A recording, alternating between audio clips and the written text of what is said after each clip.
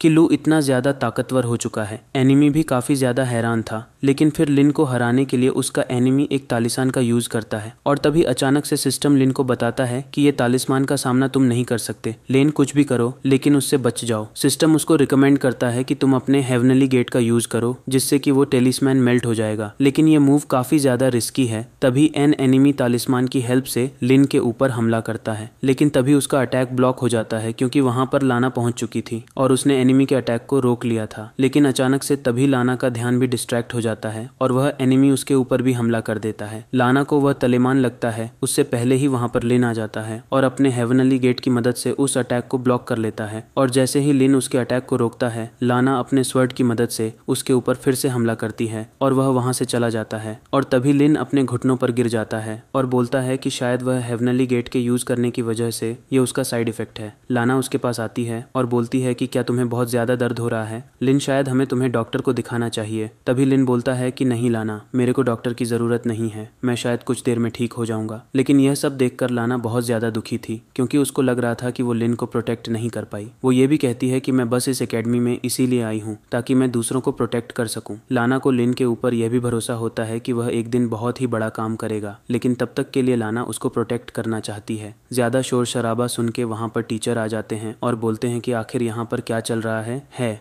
लिन को लगता है कि अभी उसको बहुत कुछ सुनने के लिए मिलेगा, लेकिन टीचर तब उसको कांग्रेचुलेशंस बोल के चली जाती है क्योंकि लिन अभी इस एकेडमी में सबका एनिमी बन चुका है। अगले सीन में लाना और लिन अपने कल्टीवेटिंग क्लास में बैठे होते हैं जहां उनका पहला क्लास एक ट्री ले रहा होता है और ये देखकर लिन काफ़ी ज़्यादा चौंक जाता है कि एक ट्री उनका क्लास कैसे ले सकता है। लेकिन फिर लाना समझाती है कि ये हमारे टीचर ही है जो कि अपने स्पिरिचुअल फॉर्म में है। और तभी वहाँ पर अचानक से बहुत ही ज़्यादा शांति हो जाता है और लिन समझ नहीं पाता कि आखिर ये क्या हो रहा है। लीन अपने स्पिरिचुअल आईज की मदद से देखता है कि सब लोग मेडिटेट कर रहे हैं और उनके पास बहुत ज़्यादा ऑरा इकट्ठा हो रहा है। वो सोचता है कि अगले क्लास से वो भी करेगा और फिलहाल अभी उसका ध्यान कहीं और ही है। और अगले क्लास में उनके टीचर के रूप पे एक स्वर्ड आया होता है जो कि अपना ऑरा रिलीज करता है। बाकी सब फिर से मेडिटेट करने लगते हैं, लेकिन लीन इस बार भी मेडिटेट नहीं कर पाता और उसको बहुत ही ज़्यादा टेंशन हो रही थी कि आखिर वो क्यों नहीं कर पा रहा। और वो सोचता है कि अगले क्लास में तो वो ये चीज़ ज़रूर करके रहेगा। लेकिन लिन की किस्मत भी हमारी तरह ही है क्योंकि अगले क्लास में उसकी टीचर आके उसको क्लास का रिप्रेजेंटेटिव बना देती है और फिर उसकी टीचर सबको एक एक फ़ोन देती है और बोलती है कि ये क्लास खत्म होने तक सब इस फ़ोन से मज़े करो। वहाँ पर सारे लोग उस फ़ोन की मदद से बहुत सारी चीज़ें करने लगते हैं, लेकिन लिन बहुत ही ज़्यादा कंफ्यूज था और पूछता है कि आखिर हम ये सब क्यों कर रहे हैं। और तब टीचर रिवील करती है कि यह तुम्हारा गेम स्प्रेड है जिस वजह से तुम्हें ज़्यादा कंप्लेन नहीं करना चाहिए। और लिन ये सुन के रोने लगता है क्योंकि उसको सच में कुछ सीखना था और हमारा बेचारा लिन रोते रोते सो ही जाता है। लेकिन जब वह उठता है तब लाना उसको उठाती है और तब लाना लिन को बताती है कि हमारा मैजिक क्लास शुरू होने वाला है। और तभी वह बंदा जिसने इससे पहले लिन को चैलेंज किया था वह आके बोलता है कि मेरे को लिन के साथ फाइट करना है। लिन भी इस फाइट को मंजूर कर लेता है और आगे जाने लगता है, लेकिन उससे पहले ही लाना आके उसको रोक देती है और बस लिन को प्रोटेक्ट करने के लिए लाना अपने फायर मैजिक का यूज करके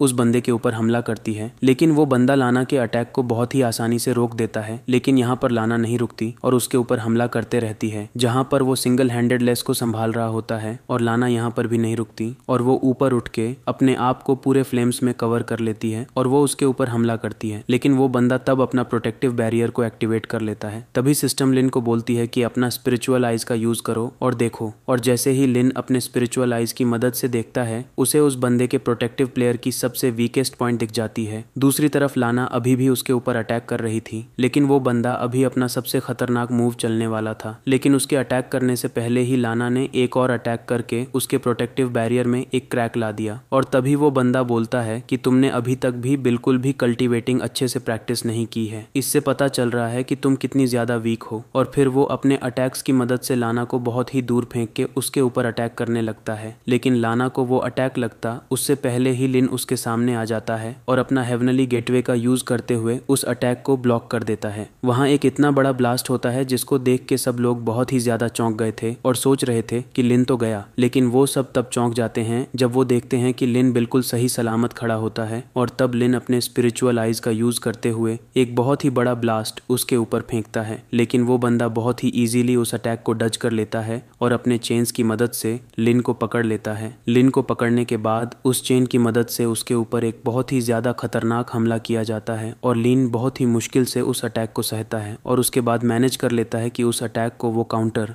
तरफ सिस्टम उसको अगले क्वेस्ट दे रहे थे और बोल रहे थे कि तुम्हें अभी स्पिरिट स्टोन्स को कंज्यूम करना पड़ेगा। दूसरी साइड वो बंदा भी अपने हार को एडमिट करता है और बोलता है मैं तुमसे बहुत ज्यादा इंप्रेस हुआ हूँ, तुम बिल्कुल क्लास 1 के लायक हो। और तभी अचानक से टीचर को एक कॉल आता है जहाँ पर वो कॉल में बोला जाता है कि कुछ तो बहुत ही ज्यादा गड़बड़ हो रहा है, जिस वजह से इस क्लास को डिसमिस करना पड़ता है और टीचर वहाँ से चली जाती है। जहाँ दूसरी तरफ हमें इस बंदे का नाम बताया जाता है जो कि चिंग होता है। तब चिन आता है और बोलता है कि लिन और लाना तुम दोनों के बीच में बहुत ही ज्यादा पोटेंशियल है और मुझसे जो हो सकेगा मैं तुम लोग की वो मदद करना चाहूंगा। और तभी लिन को याद आता है कि उसके सिस्टम ने उसको स्पिरिट स्टोन्स के बारे में बोला था, जिस वजह से लिन बोलता है कि क्या तुम्हारे पास स्पिरिट स्टोन्स है। और ये सुन के तो लाना बहुत ही ज्यादा एम्ब्रेस हो जाती है और बोलती है कि इस वर्ल्ड के लिए स्पिरिट स्टोन्स करेंसी है। और जब लिन को पता चलता है कि स्पिरिट स्टोन्स यहाँ के पैसे को कहा जाता है तो वह खुद बहुत ज्यादा एम्ब्रेस हो जाता है। लेकिन फिर चिंग लिन को एक ऐसा रिंग देता है जिसकी वैल्यू करीबन 5000 गोल्ड स्टोनस थी। और इतना कुछ होने के बाद चिन और लिन बहुत अच्छे दोस्त भी बन जाते हैं। और तभी वहाँ पर एक लड़की भी आती है जिसका नाम सू था और वो आके बोलती है कि तुम लोग मुझे बहुत ही अच्छे पर्सन लगते हो, क्या हम अच्छे दोस्त बन सकते हैं। तभी लिन बोलता है कि क्यों नहीं, जब भी तुम चाहो मेरे से कांटेक्ट कर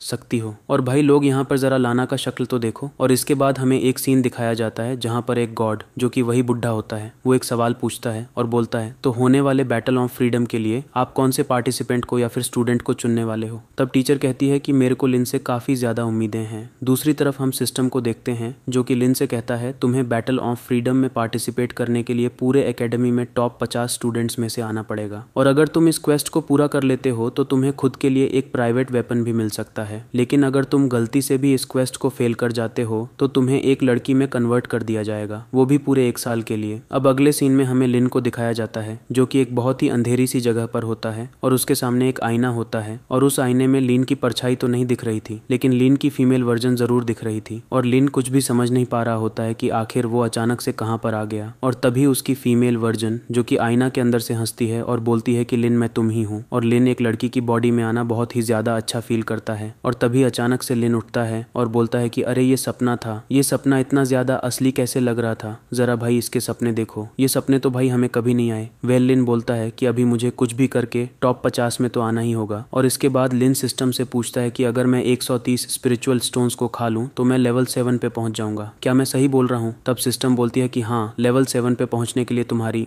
रिक्वायरमेंट तो यही है। और इसके बाद लिन लेवल अप करने के लिए उसके पास जितने भी स्पिरिट स्टोन्स थे उन सबको अब्जॉर्ब कर लेता है। और उसके बाद अब लिन लेवल 7 तक पहुंच चुका था और सिस्टम उसको इन्फॉर्म करता है कि लिन की बॉडी अभी बहुत ज़्यादा पहले से स्ट्रांग हो चुकी है। तब लिन देखता है कि उसके पंचेस की स्पीड बहुत ही ज़्यादा बढ़ चुकी है, तो शायद ही वो टॉप 50 स्टूडेंट्स में से आए। और इसके बाद लिन बैटल ऑफ फ्रीडम के बारे में सिस्टम से कुछ सवाल पूछता है। तब सिस्टम बोलता है कि बैटल ऑफ फ्रीडम एक बहुत ही बड़ा बैटल होने वाला है जो कि एक बहुत ही लार्ज स्केल में होगा, जहाँ पर 500 से भी ज़्यादा स्टूडेंट्स पार्टिसिपेट करने वाले हैं। और तब सिस्टम लिन को ये भी बताती है कि 500 स्टूडेंट्स में से तुम्हारी रैंक अभी 29,653 है। और ये सुन के तो लिन बहुत ही ज़्यादा पैनिक करने लगता है क्योंकि उसके पास प्रिपेयर करने के लिए बस 1 ही महीना है। और इसका दिमाग इतना ज़्यादा ख़राब हो चुका था कि वो जाके अपने दोस्तों को पूछता है कि अगर मैं लड़की बन जाऊं तो क्या फिर भी तुम मुझे अपना दोस्त मानोगे। लेकिन यह सुन के उसके दोस्त सोचते हैं कि यह बिल्कुल पागल हो चुका है। और यह सब सुन के लिन को बिल्कुल भरोसा हो जाता है कि उसको जितना जल्दी हो सके उतना जल्दी लेवल अप करना पड़ेगा, वरना उसका लाइफ बिल्कुल रूइन होने वाला है। इसके बाद लिन पूछता है कि सिस्टम मुझे बताओ इसके बाद का लेवल अप करने के लिए मुझे आखिर कौन सा क्वेस्ट दोगे। तभी सिस्टम उसको बताती है कि अगला लेवल अप करने के लिए तुम्हें एक ऐसे बंदे को हराना पड़ेगा जिसकी लेवल 9 है। लेकिन लिन को अच्छे से पता है कि वो इतना ज्यादा स्ट्रांग नहीं है कि वो किसी लेवल 9 के बंदे को हरा दे। तब सिस्टम उसको ये भी बोलती है कि तुम्हें एक गॉड लेवल स्किल भी मिलेगा और साथ ही साथ अगर तुम लेवल अप कर लेते हो तो तुम्हारी रैंकिंग घट के हो जाएगी 4653। तब लिन सोचता है कि वो लाना को बोल देगा कि वो उसके साथ बैटल करके हार जाए तो ये चीज़ कंप्लीट हो जाएगी। और जब लिन लाना से पूछने जाता है तो लाना बोलती है कि मैं तो लेवल 10 में पहुंच चुकी हूँ।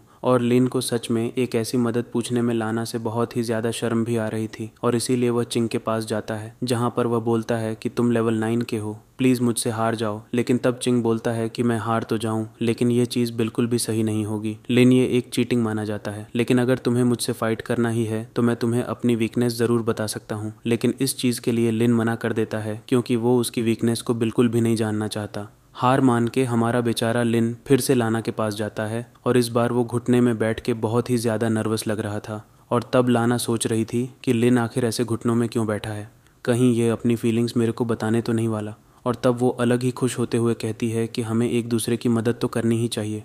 और इसके बाद लिन चेंग के पास जाता है, जहाँ पर वो चेंग को बोलता है कि प्लीज़ मुझे एक अच्छा सा मूव सिखा दो। तब चेंग लिन को एक बाइंडिंग टेक्निक सिखाता है और बोलता है कि कल इसको लाना के साथ फाइट में यूज़ करना। अगले दिन जैसे ही लिन लाना के पास जाता है, वो अपना बाइंडिंग टेक्निक यूज़ करता है और लाना को बांध देता